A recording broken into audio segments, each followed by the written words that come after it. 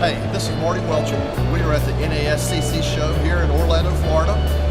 Today I'm going to introduce EUROBOOR's new ECO-TUBE.30.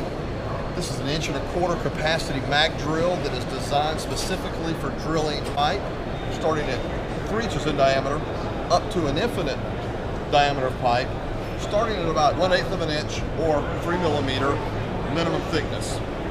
This is a shallow field magnet technology. The magnets are a rare earth magnet. There's a lever that releases the tool, gives you the articulation feature of the magnet. You can move this unit quite easily by just releasing the magnets into any position you want it in.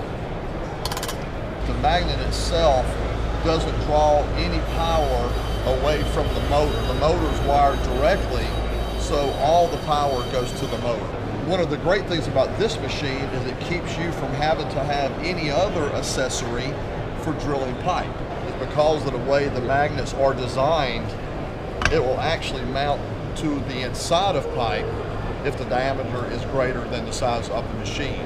You can use this machine on round surfaces, but also on flat surfaces. So you don't have to have a separate drill for doing pipe and then a separate drill for doing flat surfaces.